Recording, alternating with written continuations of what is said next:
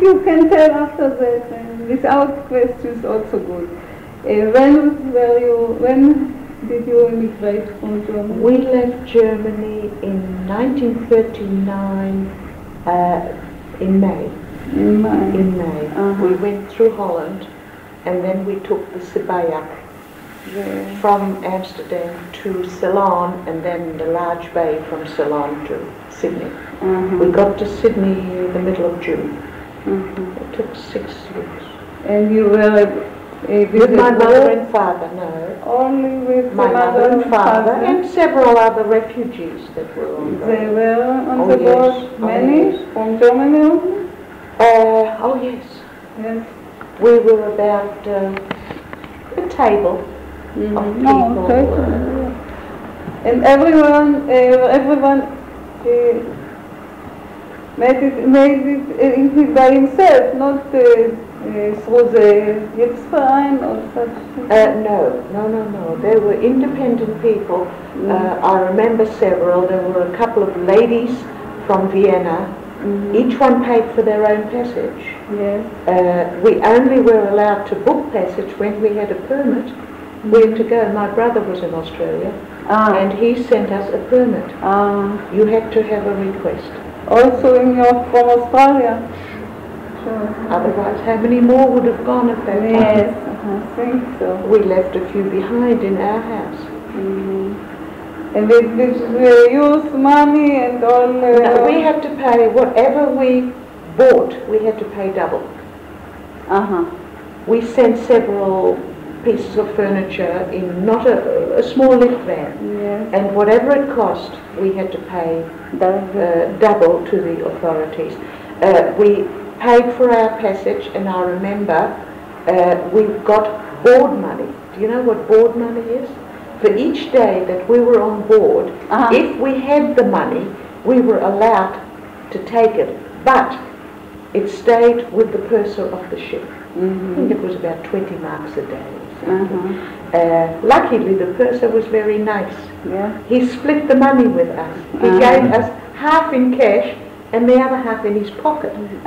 But it was better than having to drink lemonades all day, which we didn't want to after all. We did need the money for where we were going. So my father came with a couple of $100 to Australia. And your brother was... My brother was already established in Australia. And he was years there? He was there. He left Germany in 1935 and went to England to work, and then his work permit ran out in England, so they offered him a position in New Zealand.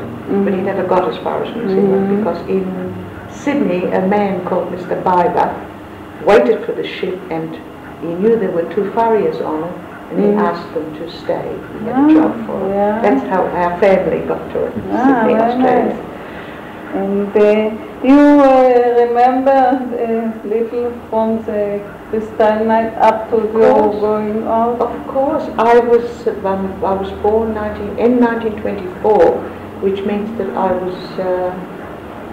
his age. Well, how old was I? It was 1938. I was 13, not quite 14 yet. And that was the day that we stopped going to school. After there was no more school. You were in Berlin? In Berlin, Große Hamburger Straße. It was my first year high school. And after that, there was no more school. School closed. And I remember my father had a shop in Neuerstraße, which is East Berlin now. And my opinion was they were Tyroleans, they were not Germans, who came and smashed all the windows that were Jewish, and very nicely a policeman came with his baton across the street and just pushed all the furs to the back, so they could not steal them. It was a little indication of your neighbours not participating. Your relation with the German people? Well, it depends. Some, if they were good people, say they couldn't say very much. They couldn't do very much. but they could be negative. Yeah. I've always had the feeling that the people that were bad used the situation for their own ends. It's not that I don't blame them, but if you're bad and if you can see that you can make gain over them, it is, you call it human to use it. Yeah. I mean, there were stories about employees taking over the shop from people. We ourselves had to sell a big house that my father took many, many years to buy to somebody at a nominal value. Yeah. We were glad to get something out of it. I think it paid for the fares to go to Australia. And your family tried to go out after the Kristallnacht, or you tried to Before, no. It took quite some time for the permit from Australia to come through. And we already had hopes. Yeah. When you began? I don't know, because this is something that my parents discussed between them. I was booked to go with Youth Aliyah if the permit didn't come through. So I might have got here 30 years ago. They had a connection with I was in Habonim. You were and through them you would... No, there was the Palestine Amt, where you registered your young people, and I think, as much as I remember, it was easier to send your young children out by themselves than all of them going.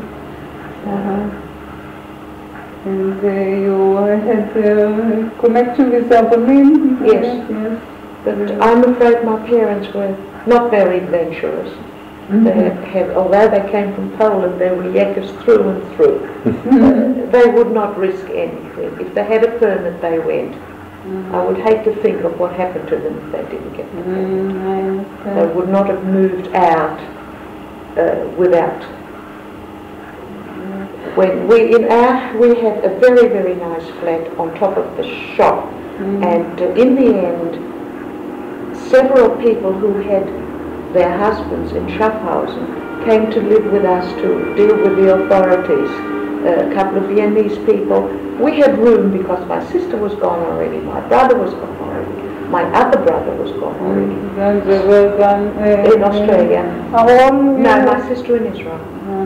And we had the room, we had 4 bedrooms, so of course, and also the house belonged to us then, and whenever a flat was empty, we gave it to somebody else. And you know, you get little stories through about, I remember one of them was a friend of mine, a little older than I was, very, very German Jews, who couldn't really digest what happened to them. Simple people, but German, after all, we only after the Kristallnacht also? Right through. Bewildered. So the husband worked at some setting rails or something every day. We left them behind. I don't know what happened to them. But they stayed at our place. Well, they believed. They didn't believe. They knew what was happening, but it was beyond their belief. He had distinguishing from the First War. They were Germans.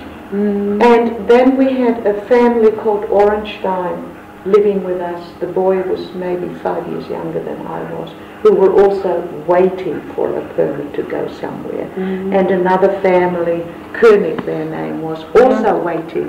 So you can understand, people came, gave their house up, or sometimes had to give their home up, and came to stay in one room.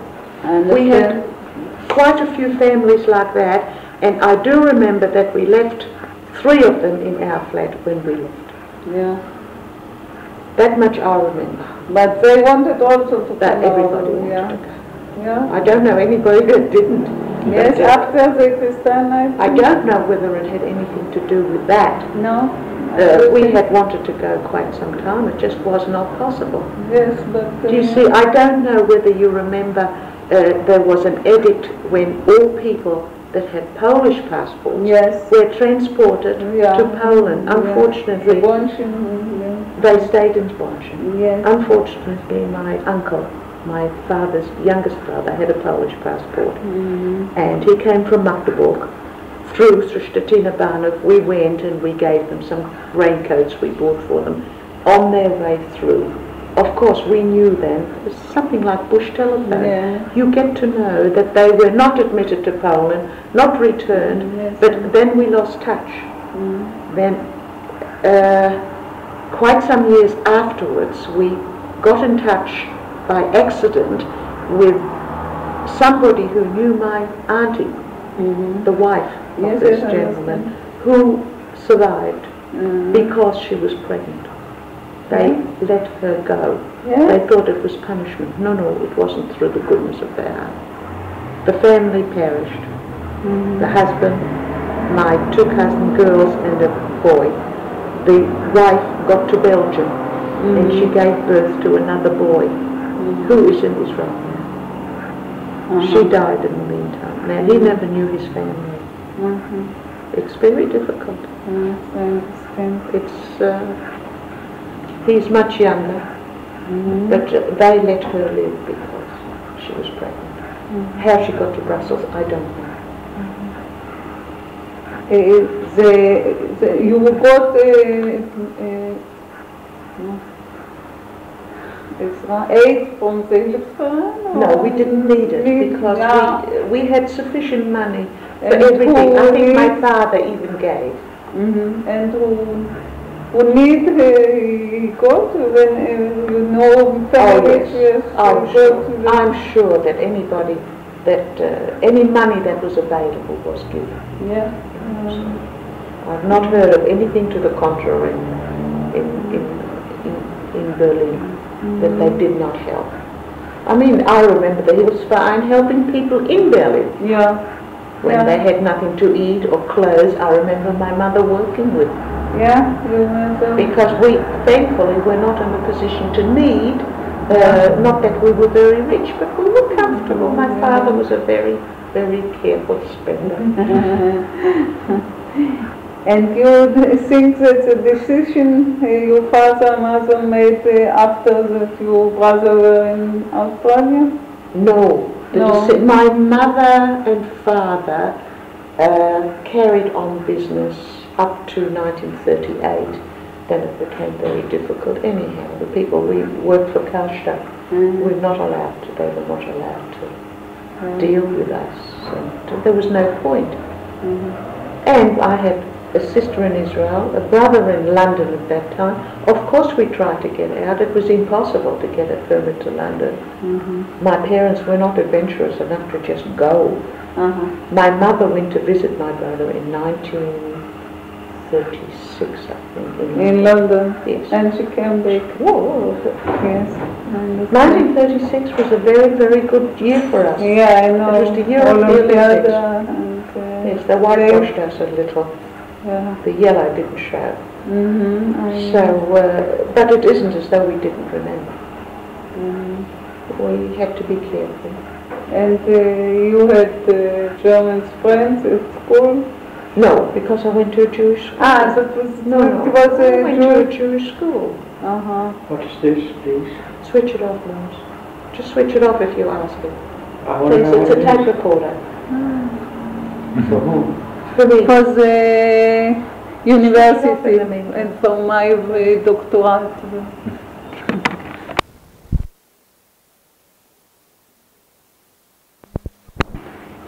You had not Jewish friends? Or you... Only in Volksschule. And they left you after that? Or you no, there was no point. We were only little children. There were no great friendships formed. As a matter of fact, even in Volksschule, I'm afraid I'm one of those people that like Jewish people. We went together with the Jewish people in the Volksschule. It was the same in Australia. There were 7 Jewish people in the class, and they were the ones we fraternized with. I can't help it. This is how it was. And your parents had... non-Jewish friends? No. You don't remember? No. We had an employee who was very, very devoted to us.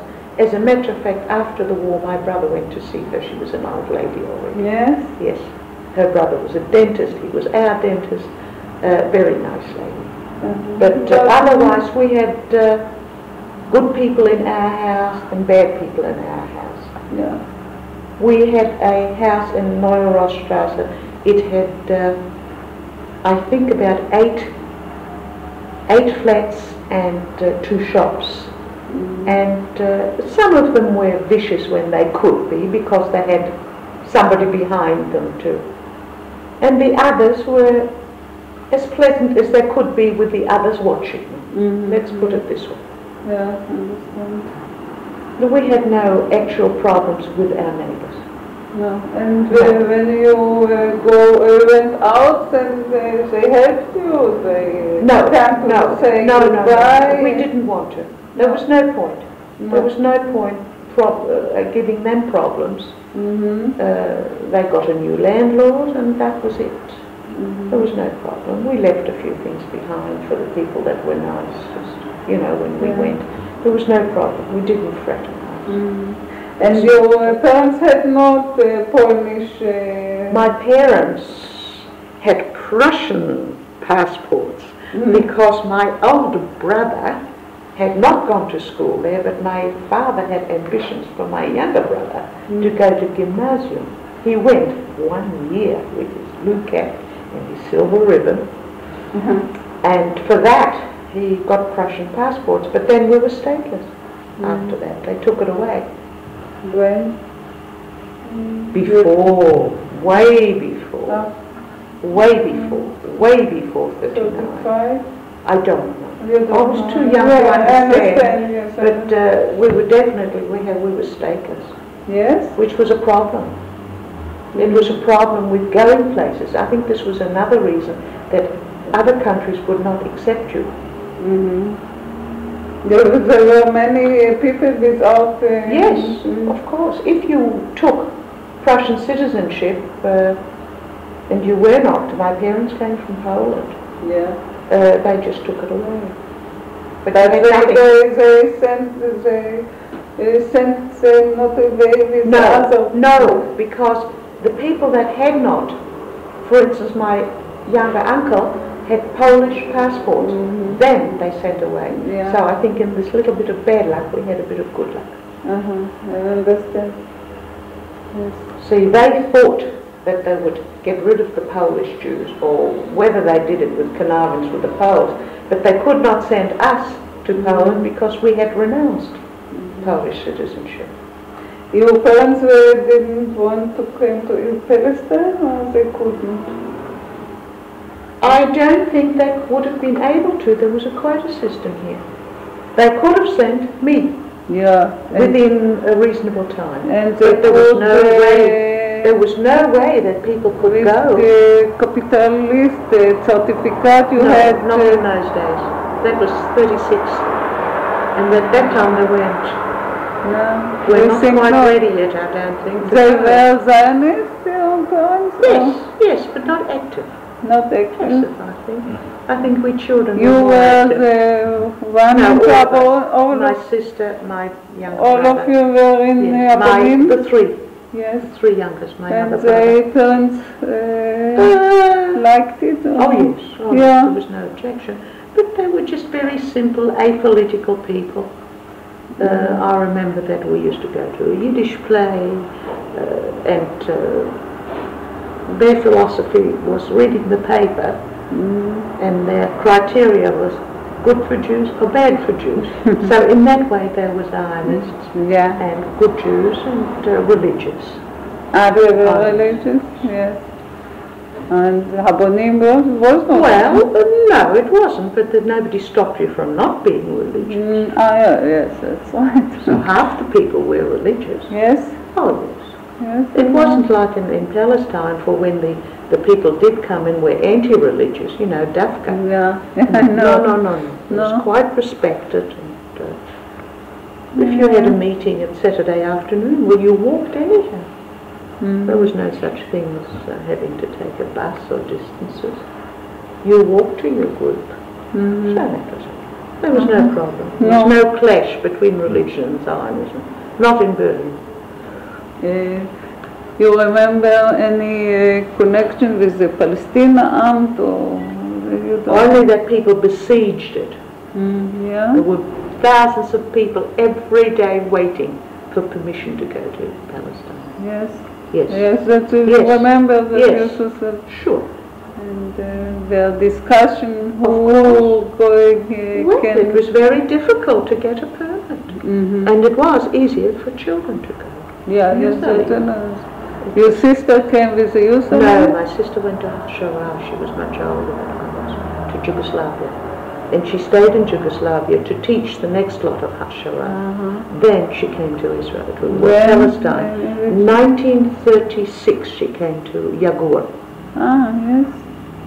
So, but she stayed voluntary in Yugoslavia to teach groups. Also from Abanim? Yes. I understand. She was, I think, the original founder of Berlin Habanim. She was in the Tzofim before it was Habanim. And on the ship and after that in Australia, you were together, all Germans, Yes, you know Jews stick together. Yes, you remember? Of course, we had our own problems together. Who would share them with us? The English people? The Dutch people? How could they understand? And you remember how many Jews of Germany were in Australia? In Australia? Not very many. No? Not very many.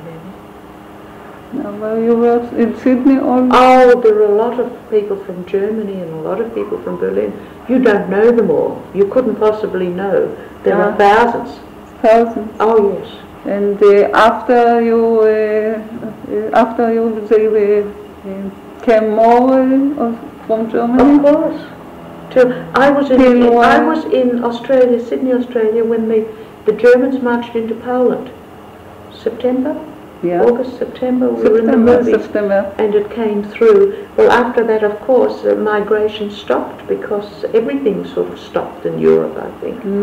There wasn't very much. After the beginning of the war? Not too many. Then they came? Not too many. There was no way of it to come. Yes, I know. And of course, they were, being of German origin, stupidly, they were thought as enemy aliens. You couldn't get into their head that people that fled Hitler Germany are not enemy aliens. I know. So quite a few of them had restricted movements. Yes. But I must say the Australians were very decent. Yeah? Yes. Better than the English? I don't know how the English were, but the Australian are a little more easygoing at any time. There were people also, young men that were a little older than I was, were put into labour corps. They wanted to go to the army but would not be accepted, being Germans.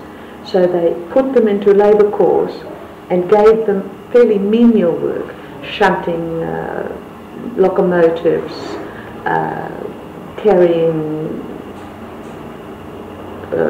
munitions or supplies from one train to another, but they were glad to do something. Because but they could not join the army. No way. I read about in the archive in the Sochnut letters from Jews or they were in Australia and they said that they want that the Sochnut will help them to come to Israel in the war. Well, did they help? No. They couldn't, I think. There you are. There you are. But I thought that they can. Of course, because it was no fun for young people who fled Germany to be, in a way, it was like an open camp. They could not join the mainstream of Australian life. They stayed there till well, a lot of... only the youth? Well, the elder one, what could they do? They had to report to the police every day. What could they do? Yes, not us. Not us. For Because you had brothers? maybe that was why, or maybe because we were stately. We were not German. You see? That's better now. That's right. It went by passport. I was very unfortunate, and they really didn't understand. And then you got the Australian identity? Yes, of course. After 5 years, if you're a good citizen, you get Australian papers. You remember maybe the Germans from Palestine who went to Australia? Do I remember? They came with the Israeli guards. The Israelis guarded them. It was a holiday in Sydney when the Israeli guards, to us it was something. We feted them, wined them, dined them. When 40 something. 42 or 3, I see. No, it would be like 40, if any it would be 43. There is a very nice man here, Horst Friedlander, who came with them. Yeah. And he married an Australian girl who came back with him. Yeah? Yes. With here? He lives in Bubbly. He's a solicitor for the Institute. And then you remember this thing, because I read about it. Yes. I tell you, those boys came into like the community hall where the Jewish people, young people, congregated, and we were so proud to have special evenings for them because our heroes. And it was poetic justice for them to guard the Germans. They went to concentration camps in Australia, and they were shipped out afterwards. After the war? Sure, they were no friends of the Germans, the Australians, but unfortunately they couldn't distinguish between the good Germans and the bad Germans. So it was a bit of a problem to convince them. But many civic leaders tried to explain to the authorities. Of course, it took some time, but I think eventually they understood. Many people intervened on behalf of those young Jewish boys that happened to have German passports who wanted to fight and couldn't. They weren't allowed to, but their life was made a little easier after a few representations of sensible people. And they were not in the army up to they were in uniform, but like a labor corps, like a working force. They don't trust them? No, because they didn't understand. They really didn't understand. Which is a terrible waste of good manpower. If those boys had landed up in Israel or Palestine, I think they would have been a little more useful. All the German Jews came after that to Israel, or no, there are a lot. There remains there? Yes. Many, up to now? Many. Yes. And your family, when well, my family is here half. Half are here, half are there. Your brother? We're all Zionist inclined, but not everybody. Australia, after all, is a very wonderful country. Yeah? It's free, it's easy. It's not as, how can I say, not as rich living as Americans. We live very simply. And you'll find, I don't know whether you can see statistics of Jewish people that have come from Australia. They adapt very well to the Israeli way of life. Because besides the weather being about the same, we don't demand. We like a simple life. I think we're better citizens than some of the Israelis. Nice.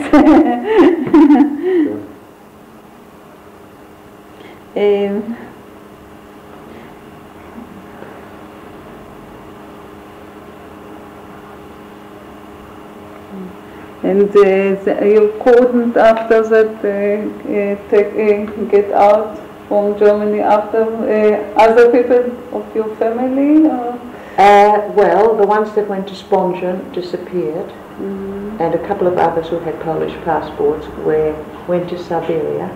Yeah. Yes. And after my uncle, no, they died. They were getting too old and too much hardship. My uncle died on the march. Somewhere in Siberia. Somebody marched with him and told us. It's something that I think every family has a story like that. Yes. It's, and then some miraculously escaped. I have an uncle, the youngest brother of my mother, who was transported. They lived in Poland, went to Russia, stayed in Russia about 10 years, was repatriated with the Poles back to Poland, And, which was lucky. in 56? Yes. And then They he came to Australia. They came to Australia in 1959, bringing some furniture with them, a dread of the Russians and a dread of the Poles, and they're doing very well in Australia. They live a very nice life. Their daughter came to Israel on Aliyah. Interesting. So this is how families are split. You see, it's. I think that for anybody from the Western countries to come to Israel, he has to be very Zionist motivated, because life is not easy here. Really not easy here, and very aggravating in a lot of things, because people are people. But for everyone that aggravates you, there are two that are nice. This is what makes. You remember a little about the last weeks in Germany? You can try to tell something? Well, we were made to feel that, to be frightened. Yes. Anything could happen. But we were made to feel to be frightened since 1933. Yes. Yes. Because in Habonim I had a Madria whose father was returned in an urn, 1933. So, and we've lived under the shadow from various people staying with us whose husbands were interned. Although I was young enough, I could understand it. Helpless, there's nothing we could do about it except help those people to have a roof over their head. But you think that after the Kristallnacht it was worse? It was worse. It was everything breathing in a way.